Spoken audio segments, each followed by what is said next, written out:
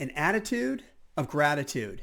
Is this kind of a fun slogan, or is there something really behind it? Does this really change your outlook on life, and can it actually draw energy and opportunities from other people to you? We're going to talk about that today in this brief video, but I think it may make a difference, particularly those that are struggling to kind of get through those various hurdles and finding their next job. So if you want to learn a little bit more, come on board and we're going to talk about this and hopefully make a difference in your life today.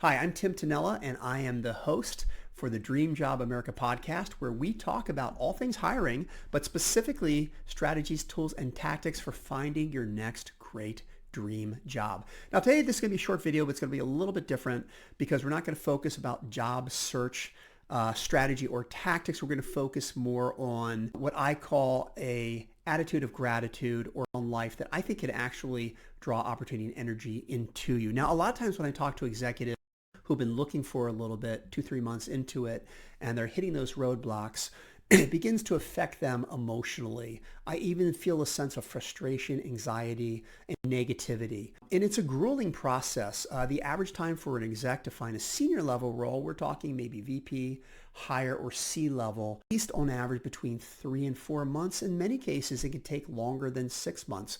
And in that process, there's various highs and lows. Sometimes it's going well and you feel good, you got an opportunity, then it doesn't work out for you. Other times you just feel dejected. It's like any other sales process. You have your highs and lows in your moments.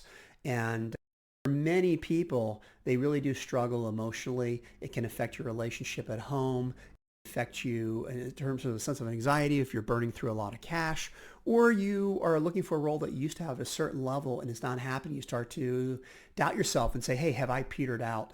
Maybe I got to look for something that is at parity with where I was today, even a lower level role. Some people feel that maybe there's age discrimination involved in this. There's a lot of different reasons, but it is a difficult, grueling process and it can take a very long time. So what I have found is that you can draw good energy, good karma if you are gracious for everything that you have in life. Like one of the things I do every day when I wake up, I get up in the morning, I do a very brief kind of prayer or meditation, thank God or whatever your personal divine power is out there, but whoever you want gratitude towards, that you just appreciate the fact that, hey, I have a day. Thank God that I have one more day. Now, of course, it sure beats the alternative, but if you really think about it, so many beautiful things can happen in a day. Even if you have a day that's hard, you had your struggles, maybe things didn't work out for you, there are always millions of little miracles that happen in every single day.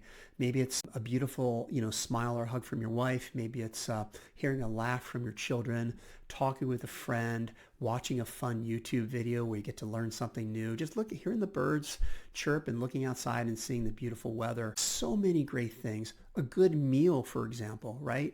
And again, laughter that happens. If you really kind of do a diagnostic on any day, even a day that was terrible, there are moments of beautiful opportunities. And once a day is gone, the only commodity that we really have to deal with in our life, it's time, and we're all running out of it. So if you have an opportunity to enjoy one more day, we should really be appreciative of that. And I also, at the end of the day, as the ending book cap, I take a minute out and I just kind of do the same thing, a prayer or meditation of thanks for the gift of that day and all the beautiful things that happened in it.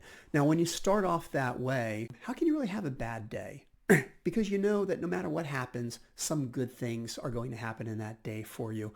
I used to, it's a true story. I was in sales my entire life. I've always done deals, whether it's in selling, business development, or even in various leadership roles that I've had at companies. But when I would have a meeting and I'd drive out to that office, I'd always try to get there a little bit early. And I would stay out in my car for 5 or 10 minutes before going in. And I kind of meditate or pray. And I would just, it was a prayer of gratitude for the meeting. Just the fact that I have a meeting. Now, of course, I've had thousands of meetings over my life, meetings that I've created through hard work. But you know what? Just the fact that I have a meeting, I have an opportunity to meet with another individual. They're taking that rare commodity, time out of their life to get to know me, whether it's 10 minutes, 15, 30, or even an hour plus. I think that's something special, and we should be grateful because a lot of other people are never going to have a chance to have that meeting. The other thing I would really focus on is that even though the pretext of the meeting is something related to business, of course, and I would love nothing more, as you would love nothing more, to have a successful business meeting that eventually turns into something positive that can make money for you or open up other doors for you. Even though that's the pretext of the meeting, I would always meditate that may the purpose of this meeting be something that I can serve as a noble endeavor, meaning can I help that other individual? I know I'm going there to initially discuss business, but what if that's not the real reason I'm there? And maybe this is crossing too much into the spiritual domain. However, maybe there's more of a divine purpose, and the reason I'm here isn't to do a business transaction, but it's to really help that person through something. Now, I can tell you hundreds of situations where I went into a meeting and we never even talked about business. We talked about other things that were more important in that person's life, about them, their family, something that happened. You just don't really know. But if you go into it with your goal isn't just to have a business transaction, it's to do something positive in the life of that other individual, then you really can't have a bad business meeting. You really can't. And so I always try to go into any type of meeting with that general attitude. Now, I really do believe when you start the day and end the day with prayers and meditation of gratitude, that you really build a sense of positivity and a warm, exciting energy about you. And whether you believe in the idea of law of attraction or not, this idea that certain vibrations, certain energy will bring other like-minded people who are feeling similar vibrations and energy towards you, that's up to you. But I have just seen it happen so many times in my life.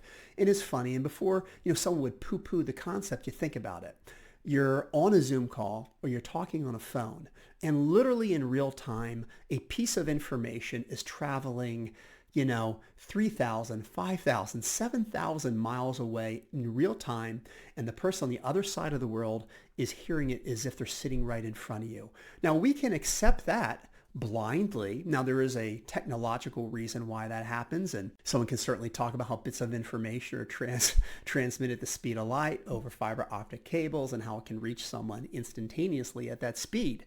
But for most people, we just accept the fact, wow, I'm talking to someone on the other side of the world. How did that just happen? That's really amazing. They can accept that. But the idea that you are also sending out vibrations and information from you, from yourself, and other people may be receiving that and pulling that towards you, they think, that sounds a little bit hocus pocus. Maybe Tim is one of these fruit and nut guys out there in the San Francisco Bay Area. But I can just tell you, when you come into something with energy and excitement, it really does draw other people to you. When you're in an interview and you start off right off the top, pumped up and excited and motivated, people feel that, and all of a sudden they begin to warm up to you. Again, I think be gracious for things that happen in your life. No matter where you are in your life, I think it does create an overall sense of positive mood, and it gets you through the hurdles of looking at life's challenges, particularly when you're looking for a new job. And the other thing I'd like to leave it with, again, this is a short video I want to keep it to you. If you are struggling and you're going through having a hard period, something in your life personally, or whether it's you're unemployed or underemployed, or you're having financial issues and you want to find that next great opportunity for yourself and you're in a little bit of rut, what I find the best way is to immediately go out and do something for somebody else. I mean, even if you've got nothing and you impact another person, that positive energy, that feeling of success and what you're going to get from the other person is in many cases so overwhelming that I think it feeds right into your soul, and it helps bring that spirit back to you and that energy you send forth out there. And I think that's a positive opportunity. Now, if you're asking yourself, well, what am I going to do for someone? How can I make a big impact in their life? I'll tell you, whatever you have at the moment, at that particular point in time that you can give, then give it. It will make a difference. There's been times in my life where I was in a financial position where I could make a financial contribution and that really helped somebody out. There are other times where that was less available and I had advice, knowledge, know-how I could give to them. In other cases, I had an ability to share other people with them network connections, people that I thought could make a difference in their life. And there's been other moments in my life where all I could really offer was a touch, a hug, or maybe even words of encouragement.